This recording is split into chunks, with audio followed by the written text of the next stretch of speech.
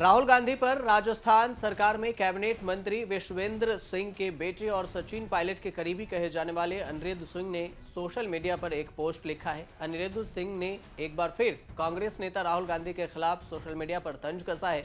उन्होंने ट्विटर पर लिखा कि शायद वह सिरफिरे हो गए हैं जो दूसरे देश की संसद में जाकर भारत का अपमान कर रहे हैं। अनिरुद्ध ने राहुल गांधी के लिए यह भी लिखा कि वह शायद इटली को अपनी मातृभूमि मानते हैं। एक कमेंट का जवाब देते हुए अनिरुद्ध सिंह ने यह लिखा कि इटली के माफिया भारत की जमीनें हड़प रहे हैं। यह कमेंट भी राहुल गांधी और उनके परिवार पर किया गया सियासी हमला है।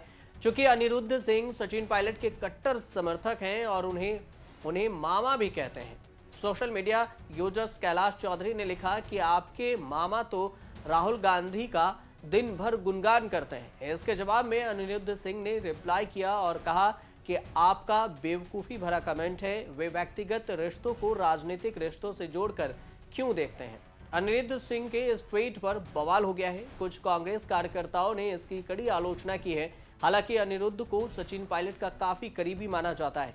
पिछले साल अनिरुद्ध को जाटों के एक वर्ग द्वारा यह दावा करने के लिए फटकार लगाई गई थी कि उनका परिवार करौली के जादौन राजपूतों से उत्पन्न हुआ, यानी वो करौली के जादौन राजपूतों के वंशज हैं। उन्होंने कहा था कि वह भरतपुर के तत्कालीन शाही परिवार के वंशज हैं, न कि 18वीं शताब्दी के जाट शासक महाराजा सूरजमल के, जिनके बारे में कहा जाता है कि उन्होंने भरतपुर राज्य की स्थापना की थी। आपको ये भी बता दें कि राहुल गांधी हाल ही में ब्रिटिश संसद में भाषण दिया था। यहां उन्होंने कांग्रेसी नेताओं की ओर से बोलने पर माइक बंद करने की बात कही थी। राहुल गांधी के इसी बयान को लेकर अनिरुद्ध सिंह ने उन पर कमेंट किया है। कांग्रेस पार्टी के ऑफिशियल हैंडल से राहुल गांधी की एक तस्वीर शेयर की गई थी। इस तस्वीर पर कटाक्ष करते हुए अनिरुद्ध सिंह ने लिखा कि हाँ, मानते हैं वे एक इटालियन हैं। ये बात राहुल गांधी भी खुद मानते हैं। यह अनिरुद्ध सिंह का ट्वीट है। हालांकि यह पहला मौका नहीं है जब अनिरुद्ध सिंह किसी मामले को लेकर विवाद में हैं। इससे पहले मई 2021 में अनिरुद्ध ने अपने पिता विश्वेंद्र सिंह पर अपनी मां को प्रताड़ित करने का, शराब का आदी होने का भी आरोप लगाया था। उन्होंने कहा था कि मैं पिछले 6 सप्ताह से पिता से संपर्क में नहीं हूं, वह मेरी मां को प्रताड़ित करते हैं।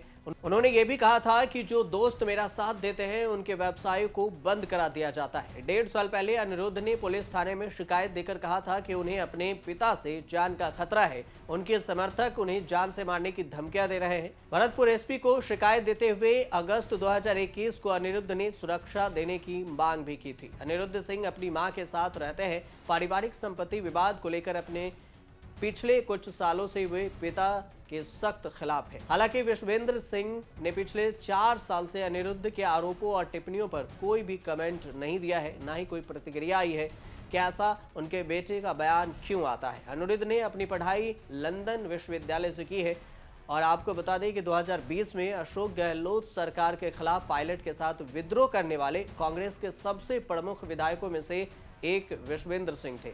विश्वेंद्र सिंह का ही बेटा अनिरुद्ध सिंह है। वह तब भी पर्यटन मंत्री थे। कांग्रेस नेतृत्व ने पायलट के विद्रोह के लिए रैली करने के लिए उनकी बोली पर उनका पद छीन लिया गया था, जो एक नाकामयाब आया था।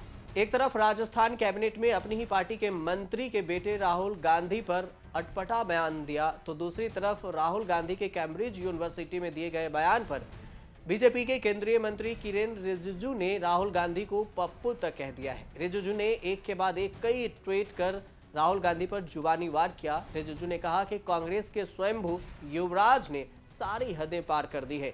यह आदमी भारत की एकता के लिए बेहद ही खतरनाक हो गया है। रिजिजू ने आगे कहा कि भारत के लोग जानते हैं कि राहुल गांधी पप्पू हैं, लेकिन विदेशी नहीं जानते कि वह वास्तव में पप्पू हैं। राहुल गांधी हाल ही में भारत जोड़ो यात्रा के बाद पहली बार विदेश दौरे पर हैं। इस बीच अपनी स्पीच, अपने बयान को लेकर चर्चा और विवादों में है।